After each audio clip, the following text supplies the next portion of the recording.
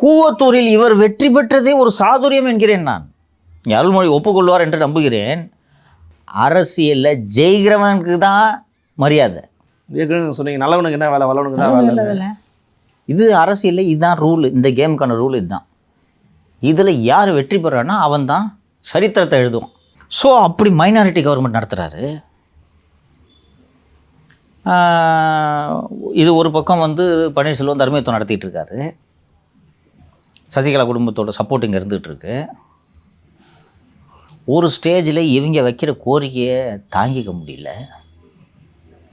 ஜெயலலிதா இருந்த மாதிரியே நீ பாட்டு அந்த ஃபைலில் கையெழுத்து போட்டேன்ற என்ன பழக்க வழக்கம் அது? எல்லா ஃபைலையும் அண்ணன்ட்ட எடுத்துகிட்டு வா, டிடிவி கிட்ட எடுத்துகிட்டு வான்னு சொல்கிறாங்க. ஒரு ஸ்டேஜில் சரி ஜெயலலிதா இருந்தாங்க, அந்த அம்மா நம்மளை ஜெயிக்க வச்சுச்சு, நம்ம இந்த குடும்பத்துக்கு அடிமையாக இருந்தோம், அந்த அம்மாவே இல்லை இவங்களுக்கு இதுக்கு நம்ம அடிமையாக இருக்கணும், அதெல்லாம் வாய்ஸது இனிமேல் ஃபைலே ஃபஸ்ட்டு உன்ட்ட சொல்ல முடியாது இப்போ பண்ணாங்களா? சசிகலாவே கட்சி விட்டுறீங்கிறாங்களா? எந்த சசிகலா ஜெயலலிதா இறந்த பிறகு அம்மா சின்னம்மா நீங்கள் தான் அம்மா எங்களுக்கெல்லாம் வழிகாட்டணும்னு கெஞ்சினவங்க. உங்களுக்கு எனக்கு எடப்பாடி காலில் விழுந்த காட்சியை விட சசிகலா இவரை போல நான் யாரையும் பார்த்ததில்லைன்னு பெருமிதத்தோடு பழனிசாமியை தட்டி கொடுத்தது தான் என் கண்ணில் இருக்குது.